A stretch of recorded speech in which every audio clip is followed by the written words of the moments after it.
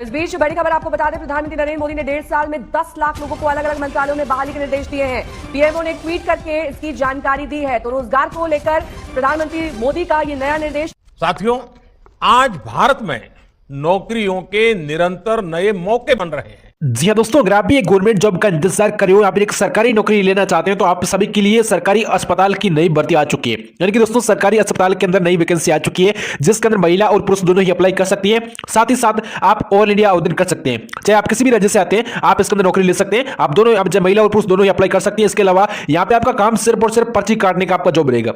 यानी कि दोस्तों, जो भी यहाँ पे मरीज आता है, जो भी पेशेंट आता है, उनकी जो यहाँ पे डिटेल लिख के पर्ची बनाकर डॉक्टर के पास भेजना है, इसके अंदर जो सिंपली आपका काम रहने वाला है। इसके अलावा इसके अंदर आपकी कोई परीक्षा नहीं रहने वाली है। सरकारी अस्पताल की इस वैकेंसी के अंदर आप फॉर्म भरोगे तो आपको कोई परीक्षा देने की जरूरत नहीं रहेगी। अगर आप भी 8वीं पास है, 10वीं पास है, 12वीं पास है तो इस वीडियो को लास्ट तक जरूर देखें, तभी आप पूरी जानकारी समझ पाएंगे। इसके अंदर कुल पद कितने रखे गए हैं, अंतिम तारीख क्या है और अंतिम तारीख से पहले आप इसके अंदर घर बैठे आवेदन कैसे कर सकते हैं। साथ ही इसके अंदर आपका यहाँ पे कौन कौन से जरूरी डॉक्यूमेंट लगेंगे, कौन कौन सी जरूरी इसके अंदर आयु सीमा लगेगी। इसके अलावा आपके पास आवेदन करने के लिए क्या इसके अंदर योग्यता होनी चाहिए, क्या इसके अंदर जो पात्रता रखी गई है। इसके अलावा सरकारी अस्पताल के अंदर आप आवेदन करोगे तो आपको अंतिम तारीख से पहले आवेदन करना होता है, इसलिए इसकी अंतिम तारीख क्या रहेगी आपको संपूर्ण जानकारी मैं बताने वाला हूं। कैसे आप इसके अंदर यहाँ पे फॉर्म भर सकते हो बता दूं। सबसे पहले मैं आपको बता दूं, इसके अंदर महिला और पुरुष दोनों ही अप्लाई कर सकते हैं। आप दोनों के लिए आप भर्ती रहने वाली है। आप दोनों इसके अंदर घर बैठे ऑनलाइन माध्यम से आवेदन कर सकते हैं। इसके अलावा अगर बात करें एजुकेशन की, आपके लिए यहाँ पे जो शैक्षणिक योग्यता है वो यहाँ पे क्या रखी है गवर्नमेंट हॉस्पिटल भर्ती के अंदर।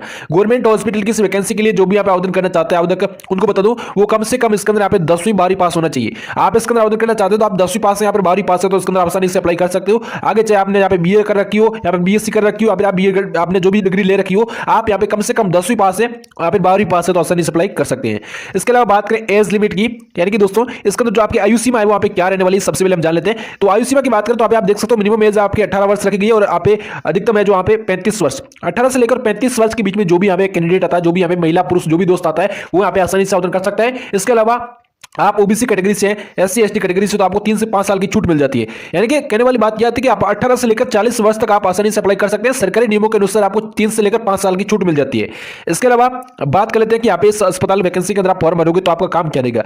काम यहाँ पे आप देख सकते हो, मरीजों की पर्ची देखकर डॉक्टर के पास भेजना। जो भी मरीज आता है, जो भी पेशेंट आता है, उसकी क्या करना, डिटेल लिखना, नाम पता ये डाल के उसको डॉक्टर के पास भेजना, पर्ची बनाकर यहाँ पे जो फाइल बनाकर ये आपको यहाँ पे काम रहने वाला है। इसके अंदर आपकी कोई भी किसी भी तरह की परीक्षा नहीं रहने वाली है।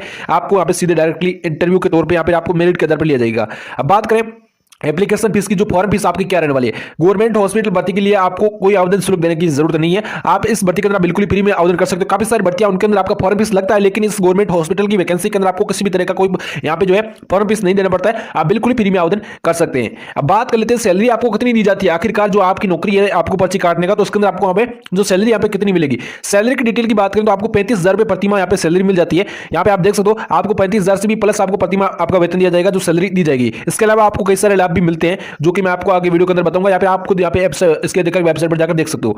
अब बात करें सिलेक्शन प्रोसेस की, आपका यहाँ पे जो चयन प्रक्रिया है, यहाँ पे आपको किस प्रकार से आपको इसके अंदर सिलेक्शन होगा उसकी हम सबसे पहले बात कर लेते हैं। तो यहाँ पे आप स्क्रीन पर जो भी मैं आपको पॉइंट बता रहा हूँ ये पॉइंट आपको ध्यान में रखना है। सबसे पहले आपका इसके अंदर परीक्षा नहीं रहने वाली है, तो आपको क्या करना है, सबसे पहले आपका होगा इंटरव्यू।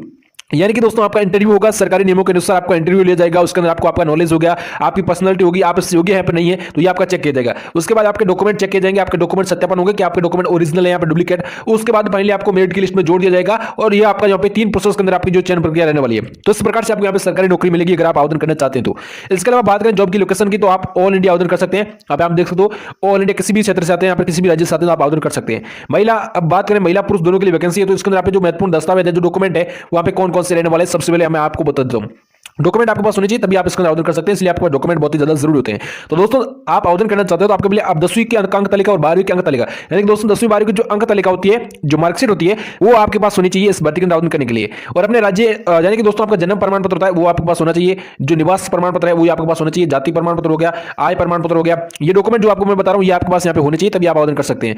आपका आधार कार्ड चाहिए, आपका पैन कार्ड चाहिए, एक आपका mobile number, registered mobile number, मतलब ये होता है कि आपका मोबाइल नंबर किसी भी डॉक्यूमेंट से लिंक होना चाहिए। जैसे कि आधार कार्ड या फिर पैन कार्ड से आपका मोबाइल नंबर लिंक होना चाहिए तभी आप यहाँ पे जो एक रजिस्टर्ड मोबाइल नंबर दे पाएंगे। उसके बाद आपका होगा ईमेल आईडी, एक ईमेल आईडी जो कि आपके फोन में लॉगिन होगा। उसके बाद आपको एक कोरा कागज लेना है, उस पर अपना साइन करके कोरे कागज पर सिग्नेचर किया हुआ पेपर आपके पास होना चाहिए।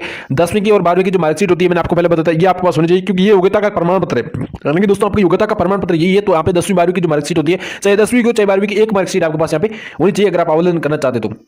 इसके अलावा अगर आप बात करें इसके अंदर फॉर्म भरने की, तो आप घर बैठे ऑनलाइन माध्यम से फॉर्म भरना चाहते हैं तो आप यहाँ पे कैसे भर सकते हैं। तो मैं आपको बता दूं, गवर्नमेंट हॉस्पिटल भर्ती के अंदर अगर आप आवेदन करना चाहते हैं तो मैं आपको यहाँ पे पॉइंटों के अंदर समझा देता हूं। सबसे पहले अगर आप आवेदन करना चाहते हैं तो कैसे आप आवेदन कर सकते हैं। तो सबसे पहले आप यहाँ पे देखिएगा, आपको गवर्नमेंट हॉस्पिटल की नई भर्ती के अंदर आपको ऑफिशियल वेबसाइट पर चले जाना है। जैसे आप गवर्नमेंट फॉर्म भरने के लिए गूगल में हिंदी में post.com सर्च करें। यहाँ पर सही से स्पेलिंग देखकर सर्च करें, नहीं तो आपको वेबसाइट नहीं मिलेगी। यहाँ पर जो पहली वेबसाइट है उस पर क्लिक करें। अब थोड़ा पेज को नीचे स्क्रॉल करें और अप्लाई नाउ बटन पर क्लिक करें।